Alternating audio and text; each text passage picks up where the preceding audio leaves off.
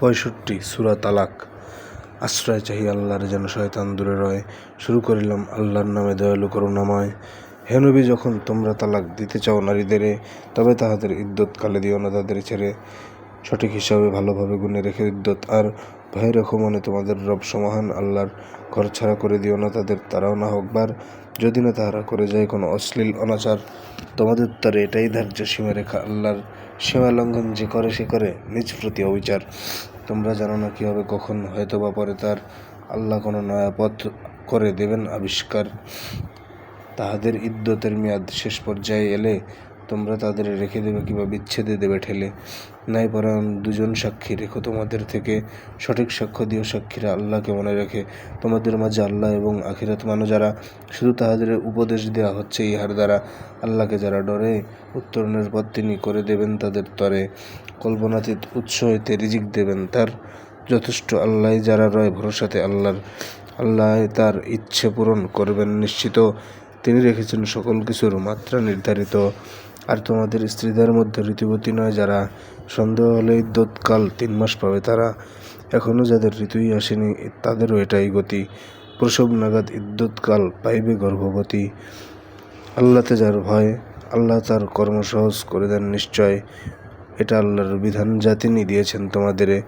আল্লাহকে ভয় যে করে তাহার পাপ তিনি দেন ছেড়ে, আর পরজীবনেও তাহাকে দেবেন মহান পুরস্কার।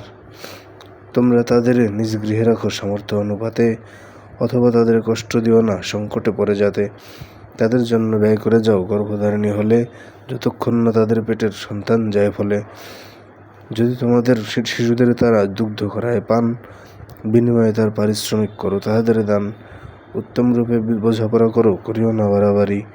দ্বন্দ্ব বাঁধিলে শিশুকে দুগ্ধ খাওয়াবে অন্য নারী। সাধ্যানুযায়ী ব্যয় নির্বাহ করবে বিত্তবান, আর যে গরিব সে দিবে যা তাকে আল্লাহ করেন দান।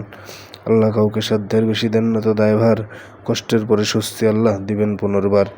কত জনপদ তাহাদের প্রতিপালক, এবং তার রাসূলগণের মানেনি আদেশ দেখিয়া অহংকার। ফলে তাহাদের হিসাব নিয়েছি অতি কঠিনভাবে, তাদের ভীষণ শাস্তি দিয়েছি আরতে সে শাস্তি পাবে। ফলে তাদের হিসাব নিয়েছি অতি কঠিনভাবে, তাদের ভীষণ শাস্তি দিয়েছি আরও তো শাস্তি পাবে। এভাবেই ভোগ করেছিল তারা কর্মের পরিণতি, এবং তাদের কর্মের ফল ছিল যে শুধুই ক্ষতি। কঠিন শাস্তি রেখেছেন ঠিক আল্লাহ তাদের তরে, ওহে জ্ঞানবান ইমানদারেরা থাকো আল্লাহর ডরে। কঠিন শাস্তি রেখেছেন ঠিক আল্লাহ তাদের তরে, ওহে জ্ঞানবান ইমানদারেরা থাকো আল্লাহর ডরে। আর তোমাদের কাছে তিনি পাঠালেন উপদেশ বাণী তার, এমন রাসূল যিনি আল্লাহর স্পষ্ট আয়াতগুলি তেলাওয়াত রূপে ব্যক্ত করেন তোমাদের কাছে খুলি। যারা ঈমান এনেছে এবং কল্যাণ কাজ করে, আঁধার হইতে আলোকিত পথে তাদের আনার তরে। আল্লাহতে যারা ঈমান আনে ও সৎ কাজ করে সাথে, মহান আল্লাহ তাদের প্রবেশ করাবেন জান্নাতে, যার নিচে নদী বয়ে যাবে তারা চিরকাল রবে তাতে। আল্লাহ তাদের শ্রেষ্ঠ রিজিক দিবেন নিজের হাতে। সপ্ত আকাশ আর অনুরূপ পৃথিবীও আল্লাহ নিজ ক্ষমতায় গড়েছেন, তাতে কোনো সন্দেহ নাই।